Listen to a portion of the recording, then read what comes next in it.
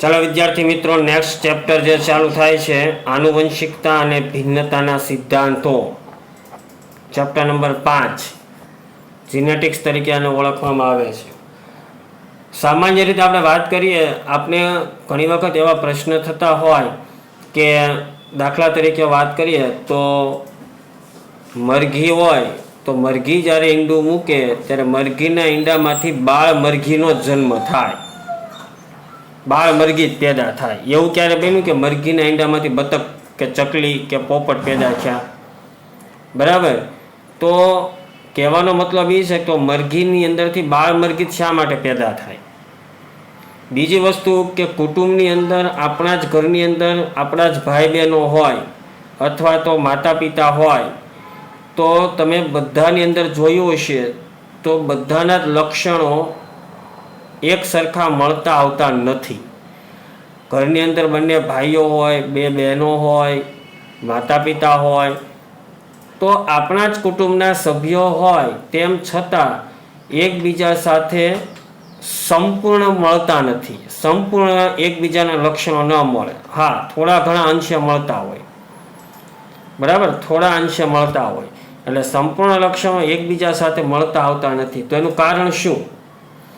તો જીવ વિજ્ઞાનની આ અગત્યની આ બધા જ લક્ષણોનો અભ્યાસ કરવા માટે જીવ વિજ્ઞાનની અંદર જનીનનો અભ્યાસ કરવામાં આવે છે, જેને જનીન વિદ્યા કહેવાય. આ જનીન વિદ્યા એ આનુવંશિકતાનો અભ્યાસ છે. કોનો અભ્યાસ છે? આનુવંશિકતાનો. આ જીવ વિજ્ઞાન જે છે એ જ એની આનુવંશિકતાનો અભ્યાસ તરીકે ઓળખવામાં આવે છે. હવે આનુવંશિકતા એટલે શું? પહેલો પ્રશ્ન આપણે એવો થાય કે આનુવંશિકતા ખરેખર શું છે? તો કે એક પેઢીથી અનુગામી પેઢીમાં લક્ષણો સતત ઉતરતા રહે, એટલે કે પેઢી દર પેઢી લક્ષણોનું શું થાય? વારસાગમન થાય.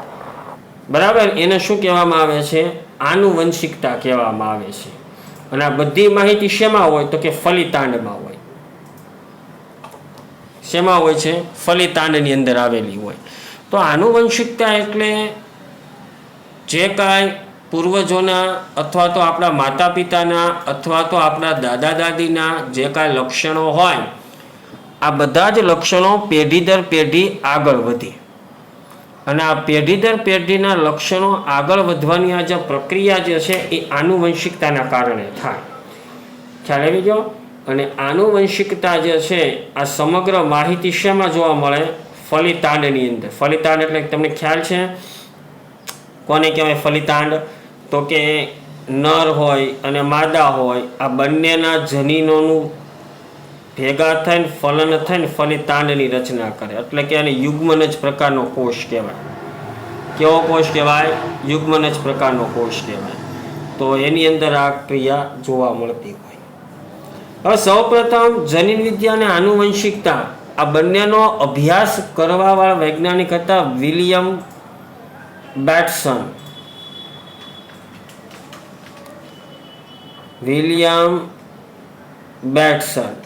આ વિલિયમ બેટ્સને સૌપ્રથમ 1906માં આ જનીન વિદ્યાનો શબ્દ વાપર્યો. બરાબર. અને જીનેટિક્સ નામ આપ્યું. શું નામ આપ્યું? જીનેટિક્સ. આ જીનેટિક્સ શબ્દ જે છે ને એ મિત્રો ગ્રીક ભાષાનો શબ્દ છે. કોનો શબ્દ છે? ગ્રીક ભાષાની અંદર શબ્દ છે. બરાબર. જેનું અર્થ શું થાય? ઉતરી આવવું થાય. જીન એટલે ઉતરી આવવું. જીનનો મતલબ શું થાય? જીનમાંથી ઉતરી આવ્યો.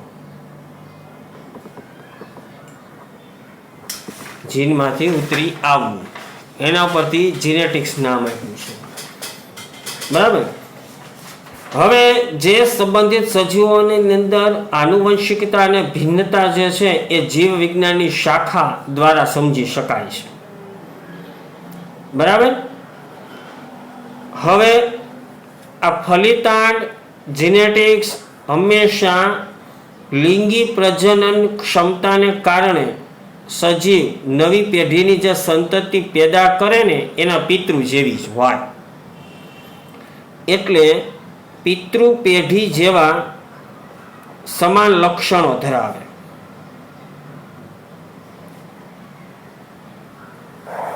પણ ક્યાં? લિંગી પ્રજનનની પ્રક્રિયા દરમિયાન. બરાબર. એટલે સંતતિઓની અંદર આનુવંશિકતા અને ભિન્નતા એ લિંગી પ્રજનનનું શું કહેવાય? પરિણામ ગણવામાં આવે છે. હવે એક વસ્તુ યાદ રાખજો, દરેક જાતિને પોતાનું એક વ્યક્તિત્વપણું હોય અને એ જાતિના વિશિષ્ટ લક્ષણના કારણે આપણે તેને ઓળખી શકીએ છીએ. બરાબર. કોઈ પણ જાતિ હોય, કોઈ પણ જાતિને ઓળખવા માટે તેનું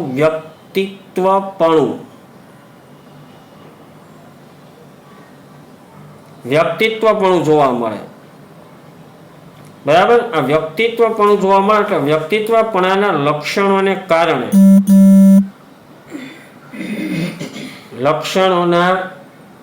કારણે આપણે એ જાતિની ઓળખ કરી શકીએ છીએ. એ એક એનો મુખ્ય આધાર તરીકે ઓળખવામાં આવે છે. હવે વિલિયમ બેટ્સને જે છે એ જીનેટિક શબ્દ આપ્યો, પરંતુ તમને ખ્યાલ હોય કે ન હોય, જુઓ, G.J. મેન્ડલ. આ G.J. મેન્ડલ જે છે ને એને જનીન વિદ્યાના પિતા કહેવાય. બરાબર. અને W. બેટ્સન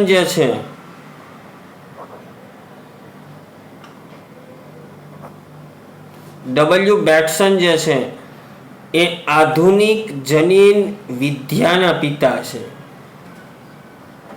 આ ખાસ યાદ રાખજો. G.J. મેન્ડલને જનીન વિદ્યાના પિતા તરીકે ઓળખવામાં આવે છે અને W. બેટ્સન જે છે એને આધુનિક જનીન વિદ્યાના પિતા તરીકે ઓળખવામાં આવે છે.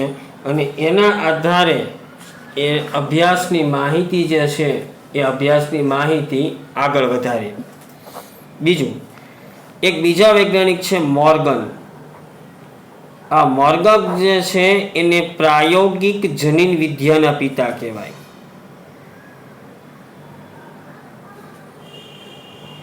પ્રાયોગિક જનીન વિદ્યાના પિતા તરીકે મોર્ગનને લેવામાં આવ્યા છે. એટલે ખાસ એ ધ્યાન આપજો અને ખાસ આ વસ્તુ યાદ આપજો. મનુષ્યની અંદર લિંગી પ્રજનનની પ્રક્રિયા દરમિયાન ભિન્નતા આવેલી છે એનો ખ્યાલ ઈસવીસન 8000 થી 1000 BC ફોર બિફોર ક્રાઇસ્ટ, ઈસવીસન પૂર્વેથી થયો. બરાબર. અને આ પ્રક્રિયા જે છે 8000 થી 10000, આ પ્રક્રિયા જે છે સૌપ્રથમ વ્યક્તિઓ અને વનસ્પતિઓ આ બંનેની અંદર જોવા મળ્યું અને તેના આધારે એ લક્ષણ પૂરવેલું તમામ લાભદાયક લક્ષણવાળી સજીવોની પસંદગી અને ઈચ્છિત તથા અનિચ્છિત લક્ષણવાળા સજીવો પ્રાપ્ત કરાવ્યા. સામાન્ય રીતે આપણે વાત કરીએ તો લિંગી પ્રજનનની પ્રક્રિયા દરમિયાન લિંગી પ્રજનનની ક્રિયાઓ દરમિયાન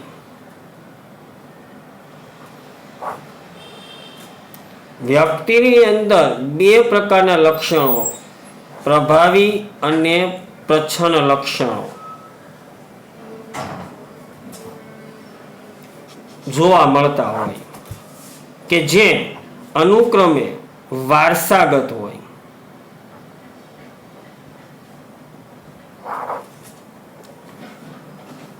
પ્રભાવી અને પ્રચ્છન્ન આ બંને પ્રકારના લક્ષણો જે છે, આ બંને પ્રકારના લક્ષણને આધારે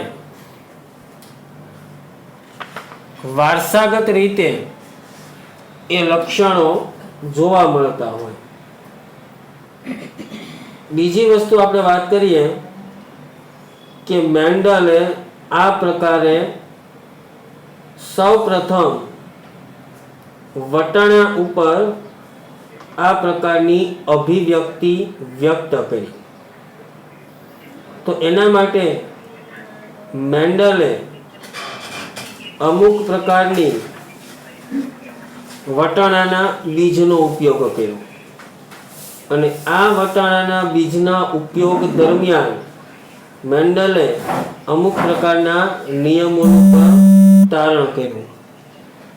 મોટા પ્રમાણની અંદર આપણે હવે વાત કરીએ તો જ્યારે પણ પ્રભાવી અને પ્રચ્છન્ન લક્ષણો, પેલા આ બંને શબ્દો પર તમે ખાસ ભાર આપો. પ્રભાવી લક્ષણ અને પ્રચ્છન્ન લક્ષણ કોને કહેવાય? પ્રભાવી લક્ષણો એટલે સારા લક્ષણો વાળા કહેવાય. છોડ અથવા તો જની. અને પ્રચ્છન્ન લક્ષણો એટલે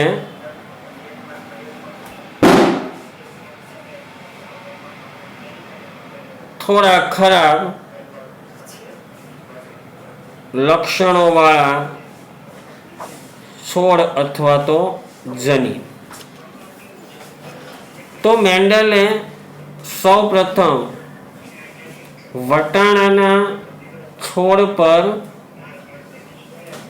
આ આનુવંશિકતાનો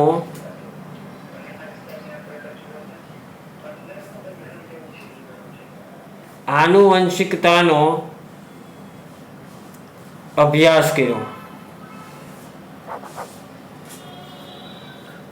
એ માટે વટાણાના છોડનો ઉપયોગ કર્યો. આપણને પ્રશ્ન થાય કે શા માટે વટાણાના છોડનો ઉપયોગ કર્યો? તો નંબર 1, સૌ પ્રથમ વટાણા જે છે એ વટાણાના છોડને ખુલ્લી જગ્યાએ ઉછેરવા સરળ બને છે. વટાણાના છોડ જે લીધા, તો વટાણાના છોડ લીધા પણ શા માટે લીધા? સફળતા શા માટે એમાં પ્રાપ્ત થઈ? તો એમાં સૌ પ્રથમ તો કે વટાણા છે ને એ વટાણાના છોડને ખુલ્લી જગ્યાએ તમે સરળતાથી ઉગાડી શકો છો. સરળતાથી ઉગાડી શકાય. બીજું, વટાણાના પુષ્પો સામાન્ય રીતે શું કરે? સ્વફલનની ક્રિયા કરે. બરાબર. નંબર 3, વિરોધાભાસી લક્ષણનો અભ્યાસ સરળતાથી કરી શકાય. વિરોધાભાસી લક્ષણોનો અભ્યાસ સરળતાથી કરી શકાય છે. સંકર જાત છે ને ફળદ્રુપ હોય, ફળદ્રુપ જોવા મળે. કઈ? સંકર જાતો. ખ્યાલ આવી ગયો? ત્યાર પછી વટાણાની અંદર પરફલન કરાવવું મુશ્કેલ નથી. બરાબર. સ્વફલન સરળતાથી થાય અને પરફલન સરળતાથી થાય, એટલા માટે એ લેવામાં આવ્યું. મોટા પ્રમાણની અંદર કૃત્રિમ ફલન જે છે ને એ કૃત્રિમ ફલન સફળ થયા હતા, એટલા માટે વટાણાના છોડને લેવામાં આવ્યો. બીજું, વટાણાનો છોડ છે ને 2 થી 3 મહિનાના ટૂંકા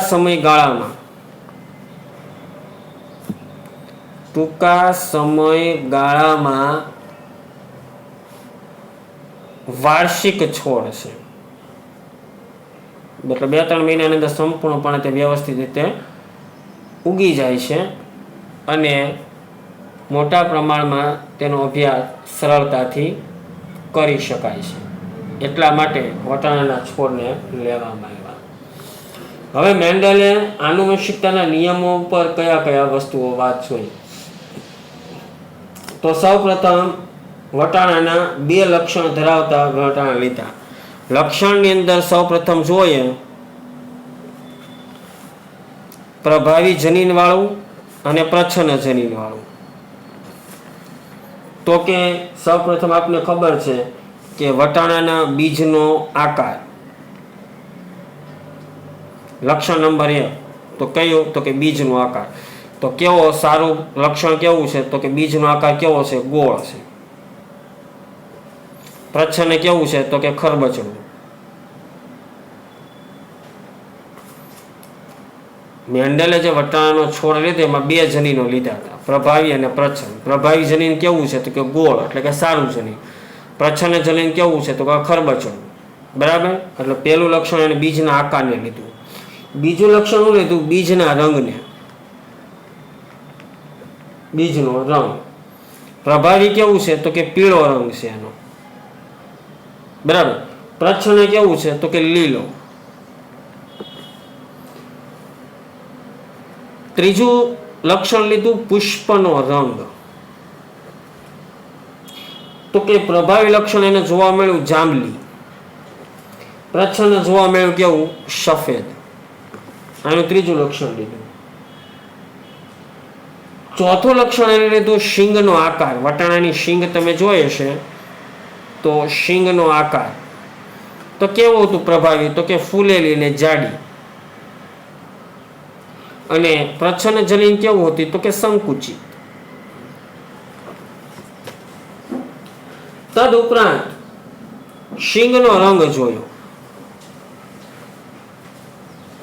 એનું 5મું લક્ષણ લીધું. તો કે શીંગનો રંગ લીલો, તો કે પ્રભાવી લક્ષણ ધરાવતું કહેવાય.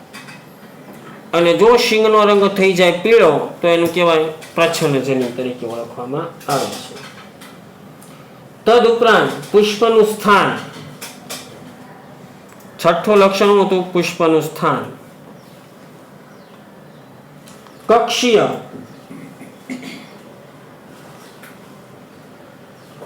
અને અગ્રીય. અગ્રીય એટલે ટોચના ભાગે, કક્ષીય એટલે વચ્ચે વચ્ચે. બરાબર. અને સૌપ્રથમ છેલ્લું અને લાસ્ટ હતું પ્રકાંડની લંબાઈ. પ્રકાંડની લંબાઈ તો કે વટાણાના છોડ ઊંચા હોય તો એ પ્રભાવી લક્ષણ કહેવાય એનું, અને જો છોડ નીચા હોય તો એને કેવું કહેવાય, પ્રચ્છન્ન જનીન કહેવાય. તો મેન્ડલે વટાણાના છોડ લીધા, એની અંદર આ એટલી વસ્તુઓનો સમાવેશ કર્યો. તો કે સૌપ્રથમ વટાણાના બીજના આકારના જનીન, સારું જનીન ગોળ, ખરાબ જનીન ખરબચડું. બીજનો રંગ લીધો, સારું જનીન પીળું, પ્રચ્છન્ન જનીન લીલું, પુષ્પનો રંગ, સારામાંથી જનીન સફેદ, શીંગનો આકાર ફૂલેલી સંકુચિત, શીંગનો રંગ લીલો પીળો, પુષ્પનું સ્થાન કક્ષીય અગ્રીય, પ્રકાંડની લંબાઈ ઊંચા અને નીચા. આ એટલા લક્ષણોનો સમાવેશ કરી અને ત્યાર પછી મેન્ડલે બંને વચ્ચે કૃત્રિમ પરાગનયન અને પરપરાગનયન એટલે કે સ્વફલન અને પરફલન કરાવવામાં આવ્યું. તો એનામાંથી એને શું જોવા મળ્યું, તો કે જ્યારે પણ વટાણાના છોડના લક્ષણોને આધીન સ્વફલન અને પરફલન કરાવવામાં આવ્યું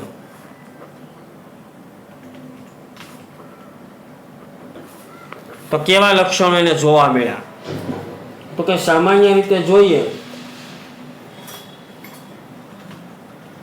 તો કોઈ એક લક્ષણને જ બાદ કરતા બધા જ લક્ષણોની અંદર વિરોધાભાસી લક્ષણો હતા. દાખલા તરીકે બીજ કેવા ગોળ અથવા તો ખરબચડા હતા, પીળા અથવા તો લીલા હતા,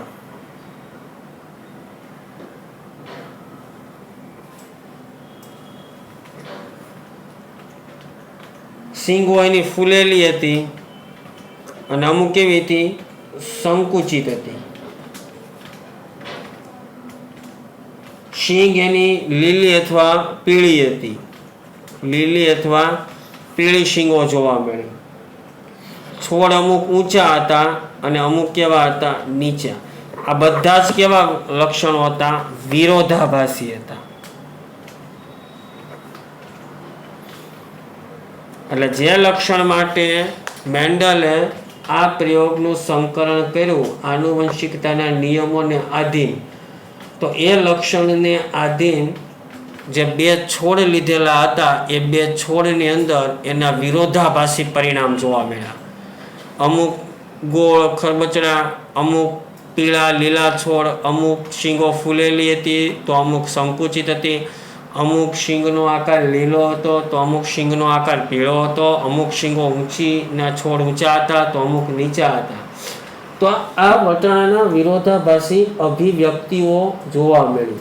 અને અભિવ્યક્તિઓ જ્યારે જોવા મળી ત્યારે મેન્ડલે એ ભ્રામિક વિચારોના પરિણામે પ્રત્યેક જટિલતાઓનું શું સ્પષ્ટીકરણ થયું, પણ કેવું? નહિવત. એટલે સંપૂર્ણપણે તેને આની અંદર કોઈ પણ પ્રકારનું એવું પ્યોર રિઝલ્ટ પ્રાપ્ત થયું નહીં. એટલા માટે આ વટાણાના છોડની અંદર આ નિયમને આધીન મેન્ડલે એક બીજો પ્રયોગ પણ કર્યો, જેને એક જનીનનું વારસાગમન કહેવાય.